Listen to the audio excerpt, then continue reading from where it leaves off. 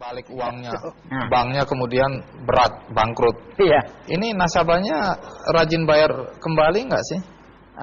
Alhamdulillah ini kan bank petani yang memiliki petani, yang punya petani, aturan dia sendiri juga yang bikin. Nah, gitu. Karena pria yang ditemui Valdia Baraputri ini adalah seorang anak buruh tani dan tukang kayu yang pernah menjadi pemulung di masa kecilnya. Saya anak yang besar. Nah, saya anak yang besar, anak yang pertama. Inilah secuplik kisah masa lalu seorang anak buruh tani dan tukang kayu. Sekolah.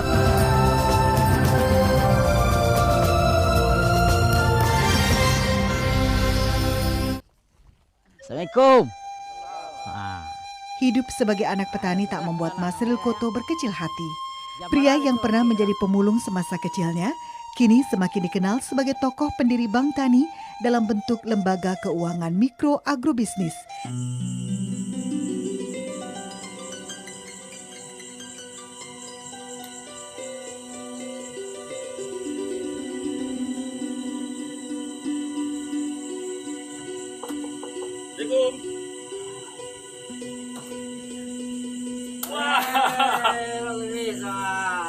Sehat. Alhamdulillah.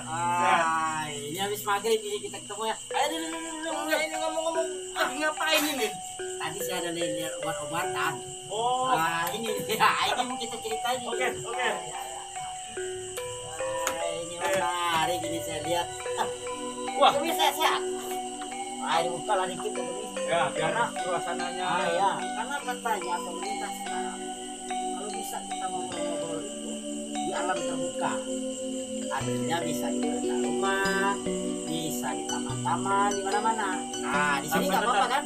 Protokol kesehatan Ditegakkan. Nah, pemirsa, malam ini Bang Kumis berbagi sengaja berkunjung ke sahabat Bang Kumis, Masril Koto, siapa yang tidak kenal. Dan ini merupakan kesempatan untuk ngobrol-ngobrol sama beliau. Ikutin terus nanti bagaimana obrolan channel Bang Kumis berbagi bersama Masril Koto, bicara potensi ekonomi Kabupaten Pandeglang di saat pandemi Corona berlangsung. Nah, pemirsa, nampaknya malam ini Bang Kumis punya acara spesial banget. Boleh kata kalau YouTuber yang kayak istilahnya podcast. Tapi ini adalah ngobrol di beranda. Tapi bukan masalah tempat atau berandanya yang luar biasa, tapi malam ini Bang Kumis ketemu dengan sahabat Bang Kumis, Masril Koto. Ya, Bang Kumis. Beliau sudah di beberapa TV nasional mewawancarai dengan keberagaman ide-idenya yang cemerlang, khususnya masalah pertanian. Pak Masril, selamat malam. Ya, malam Bang Kumis. Dibuka saja. Enggak apa-apa ya? Nggak apa-apa. Iya. Biar suaranya jelas. Iya. Bang Masril, langsung saja nih, karena ini di masa pandemi Corona bukan saja di Pandeglang, tapi Indonesia bahkan dunia. Orang dibikin kebingungan dengan adanya virus COVID-19 ini. Ekonomi lumpuh, bahkan nyaris bangkrut di beberapa perusahaan besar pun. Pak Masril, menurut kacamata Pak Masril nih, khusus untuk Pandeglang, ya kan? Untuk masalah ekonomi di saat pandemi, peluangnya apa saja sih untuk Pandeglang agar bangkit cepat? Karena Bupati Ira sendiri pengen di saat pandemi ini bukan saja infrastrukturnya yang terus akan dibangun, tetapi ekonomi juga penting ya. Coba menurut Bang Masril, barangkali punya ide-ide briliannya untuk Pandeglang. Coba. Menarik Bang Kumis. Jadi udah coba keliling-keliling ya, keliling-keliling di Pandeglang. Pandeglang ini daerah yang memang cukup lengkap. Apa cukup lengkapnya? Pertama, dia punya laut, potensi lautnya ada, paling panjang. Ya paling panjang, dan kita kenal dengan namanya di sini juga ada Tanjung Lesung dan lain-lain gitu. Terus juga daratannya. Nah, daratannya ya ada perkebunan sedikit, terus ada sawah. artinya padi, penghasil padi juga ada di sini gitu. Terus pariwisatanya juga. Nah, cuman kalau bicara pariwisata kan ini bicara memobilisasi orang. Ya. Nah, ini yang sekarang memang sedikit agak terhalang sebenarnya gitu. Nah, kaitan dengan itu ada dua potensi yang besar ini sebenarnya. Apa? Lebih-lebih nih di masa corona ini Ya. gitu. Udah ngelihat keliling-keliling itu ada beberapa lahan-lahan petani yang udah lihat masih kosong. Daratan ya. Daratan. Yang daratannya ini masih kosong. Misal contoh yang wilayah daerah selatan di sana kita lihat, nah itu kan masih kosong. Ya. Sedangkan Pandeglang ini terletaknya itu sebenarnya itu di pinggiran ibu kota. Penyangga. Ya. Nah, artinya kalau ini untuk penyangga pangannya itu yang paling tepat itu adalah Pandeglang ini. Karena apa? Ya yang bisa hanya dalam hitungan jam barang sampai dia ke ibu kota atau ke Jakarta. Apalagi setelah jalan tol paling 2 jam. Iya, itu lebih dekat lagi. Nah, ini kita terima kasih ke pemerintahnya yang sekarang, ke Pak Jokowi namanya yang telah bukain akses kemana-mana, kereta, jalan tol macam-macam lah itu. Nah, kembali lagi ke Pandeglang, potensi perkebunannya ini menarik. Nah, tapi kan memang namanya masyarakat kita merubah segala sesuatu itu kan tidak gampang. Nah, itu. Nah, inilah yang kita butuhkan dan yang kita minta kepada pemerintah sendiri maupun kepada masyarakatnya atau agen-agen perubahan yang ada di desa-desanya ini untuk melakukan terobosan. Nah, bisa saja kita ambil potensi ini ya. Ya, kalau dia sawah, bagaimana mentreatment sawahnya menjadi sawah organik. Ya, betul. Nah, itu satu ya. Lagi booming sekarang kan. Betul. Karena apa? Konsumennya sudah konsumen premium. Jakarta itu konsumen premium. Sekarang sudah. Iya. Artinya orang perilaku makanan orang sekarang udah cenderung ke barang-barang yang berkaitan dengan kesehatan. Tidak terlalu banyak kimia dan lain-lainnya gitu. Nah, itu kaitan dengan sawah. Lebih menarik lagi kalau dia itu dipadu-padankan dengan yang namanya ikan. Jadi ketika padi kita umur-umur 2 bulanan atau 3 bulanan, itu air kita genangi, kita isi ikan. Nah, seperti di daerah lain. Iya. Di YouTube ada. Wih, banyak benar itu. Kenapa Pandeglang tidak mau ada perubahan seperti itu kan? Iya, lebih kurang kayak gitu Gitu lah. ya? Iya, benar. Tetapi begini, Pak Masil ya, tadi itu kecenderungan perilaku warga kadang-kadang masing-masing daerah berbeda. Betul. Sebenarnya saya bisa nggak sih sebenarnya Pandeglang seperti di daerah lain pertaniannya menurut Pak Masil yang memang ini begawan pertanian ini kalau saya sebut Pak Masil ini adalah satu tokoh pembaruan tentang petani gitu loh. Coba untuk petani Pandeglang nih apa sih yang harus dilakukan? Kalau saya lihat nih, kalau saya rasa nih ya, sangat bisa sekali. Orang Pandeglang ini daya juangnya tinggi sekali. Dan dia adalah orang yang sangat tangguh sekali. Nah, di dalam dunia nih ya, ada namanya perilaku masyarakat namanya. Masyarakat ketika dia di pinggir laut itu daya juangnya tinggi. Apa daya juangnya yang agak lebih strong, Lebih semangat. Karena apa? Ombak di laut yang mau dia hadang, baru dia mendapatkan hasil. Nah, kalau dia di darat, ini juga begitu, daya juangnya juga tinggi. Dia mau melakukan budidaya dan lain-lain. Nah, cuman kan perilaku ini berubahnya dikarenakan ada juga kaitan dengan pengaruh. Misal, banyak berdiri misalnya di lingkarannya di Pandeglang itu pabrik misalnya, sehingga perilaku anak mudanya dulu orang tuanya rajin-rajin dia mengelola sawah dengan pola pendekatan yang kita cerita tadi. Ada padi, ada ikan. Kalau sekarang kan namanya itu mina padi namanya. Jadi ada ikan dan ada padi gitu. Orang dulu di sini melakukan itu. Cuma ini persoalannya, Pak Masil mungkin sedikit saya kasih tahu juga ya, bahwa Pandeglang sendiri yang dulu memang dikenal dengan branding Kabupaten Pertanian, tetapi sekarang sudah mindset Kabupaten Pandeglang dengan RT RW-nya yang baru diresmikan 2020 kemarin, itu menjadi industri juga loh. Oh ya? Ya.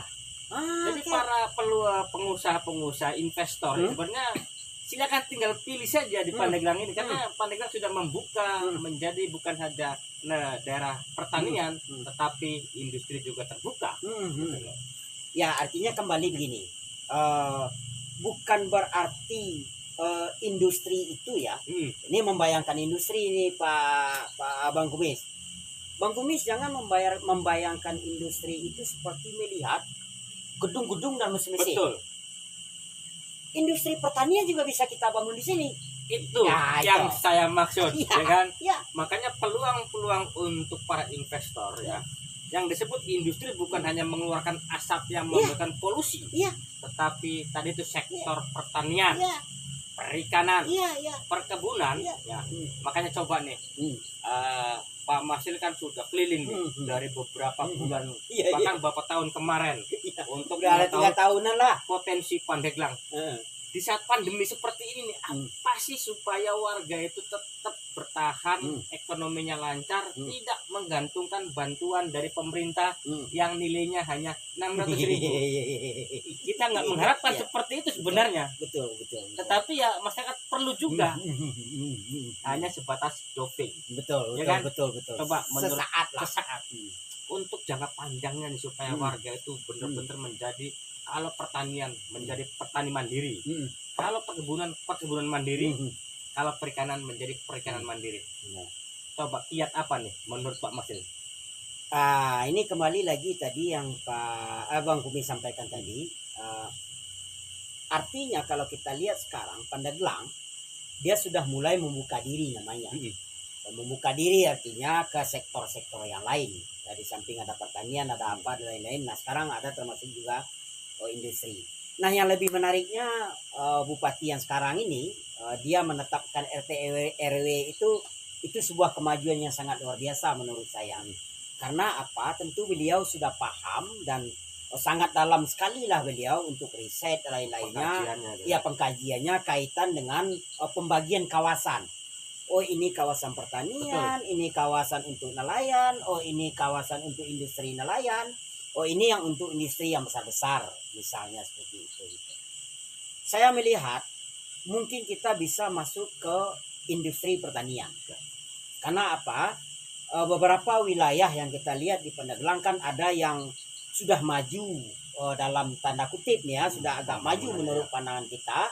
Tapi kan ada daerah yang lain juga yang belum maju nih. Perlu yang lebih agak lebih trigger lagi lah.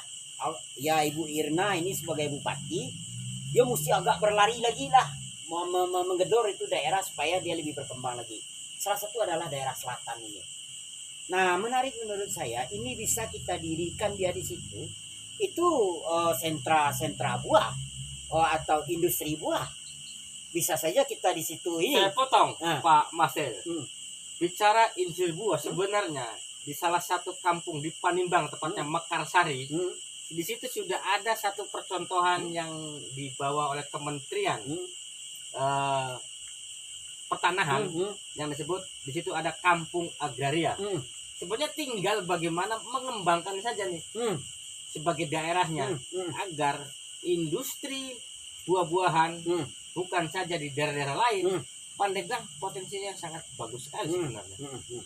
Ya artinya kan sudah ada namanya langkah-langkah awal ya. Ya salah satu dimulai dengan kampung apa tadi namanya? Kampung agraria namanya ya. Nah tinggal lagi sekarang bagaimana memperbanyak agennya. Nah agen yang saya sebut di sini adalah agen perubahannya. Misalnya bagaimana membuat kelompok milenial anak muda mau bertani. Ya mungkin bertani itu jangan bayangkan seperti bapaknya bertani dulu. Sekarang banyak metodologi pendekatan pertanian. Ada namanya pertanian presisi. Ya sudah memakai cloud dia, sudah memakai ukuran dan lain-lainnya. Membajak aja sekarang, Pak Kumis, itu bisa kita hanya duduk di pematang. Hanya pakai remote saja. Terus lahan si petani banyak yang tidak tahu dia lahannya sebenarnya berapa ukurannya. Sekarang bisa kita ukur dia gitu. Nah artinya itu bisa kita lakukan dengan pendekatan budidaya modern namanya. Nah kembali lagi ke daerah selatan tadi. Saya kebayang sama saya itu bisa kita dorong dia langkah awal untuk menjadi tempat yang namanya industri buah. Ada perkebunannya di sana. Terus ada industrinya di sana. Sehingga cost industri ini juga tidak terlalu mahal. Sehingga barang yang keluar ini memang betul-betul barang yang sudah jadi. Nah, konsumen mana? Konsumennya sudah ada di Jakarta, Ya, ada yang di ibu Cirebon, kota. ya, ada di Bandung juga. Yang mana daerah ini tersambung-sambung oleh jalan tol atau jalur kereta api yang dibangun oleh Bapak Presiden tadi. Gitu. Nah, ini menarik menurut saya, dikembangkan wilayah selatan ini ke industri buah. Bisa saja pisang, karena konsumsi pisang itu sangat tinggi sekali di Jakarta. Terus yang kedua, bisa saja jeruk. Itu juga konsumsinya tinggi. Bisa saja juga alpukat. Bang Kumis kalau tahu, ada sekarang tuh es krim yang sangat terkenal, murah sekali harganya. Itu bahan bakunya adalah dari buah-buahan ini. Betul. Nah, tinggal lagi bagaimana di sini mengolah setengah jadinya. Setelah itu kita kasihkan dia ke industri es krimnya. Kapan perlu nih, supaya lebih murah lagi kosnya, industri es krim itu kita relokasi ke sini. Caranya bagaimana? Ya dirayulah para investor ini baik-baik. Diberikan kenyamanan, diberikan dan lain-lainnya, fasilitas macam-macam lah gitu. Ya fasilitas bagi industri sih tidak terlalu rumit juga yang mereka minta untuk saat ini. Karena satu lagi Bang Kumis agak berebut cerita kita ini. Saat ini Bang Kumis, industri food itu naik sebenarnya. Artinya industri makanan itu naik. Makanya sekaranglah saatnya bagi pedagang. Misalnya ikan. Bagaimana ikan bisa menjadi bakso? Di packaging dia di vakum dan lain-lainnya dikirim ke Jakarta. Di packaging dia di vakum dia dikirim ke Jakarta. Nah, buat modelnya berbeda-beda. Selama ini kan orang kenalnya bakso itu kan bulat aja. Nah, itu kan ya. Betul. Kan bulat aja. Sekarang kita bikin namanya bakso petak. Kita bikin kayak kubus. Nah, itu lebih menarik lagi. Berbeda lagi itu yang kita kerjakan. Nah, itu. Jadi industri-industri yang seperti itu yang bisa yang harus kita dorong. Pak Masril ya. Sebenarnya warga khususnya masalah nelayan perikanan itu ada beberapa titik-titik boom industri. Ya. Sebenarnya sudah ada. Ya. Kayak di Panimbang terkait dengan kerangnya. Ya. Ya kan? Satu-satunya kerang yang memang bebas dari racun dalam arti polusi Ya, laut itu Panimbang. Hanya saja bagaimana cara untuk mengembangkannya seperti kerang hijau. Lombok membutuhkan ribuan ton kerang hijau untuk budidaya lobsternya. Hanya dari Banten. Nah, coba lihat untuk pemerintah sendiri. Karena apa? Sebenarnya warga itu ya bukan berarti nggak mau bermandiri, Iya. tetapi tanpa dukungan dari pemerintah yang real kepada Masyarakat, kelompok-kelompok yang tadi, ya pengusaha kerang nampaknya nonsen. Saran untuk Ibu Irna. Ya. Saran saya pandangan sebenarnya ya. Kalau saran tentu ya beliau lebih tahu lah. Karena beliau pemimpin di sini, beliau juga putri asli daerah di sini, beliau juga keluarga yang cukup sangat dikenal oleh orang di sini.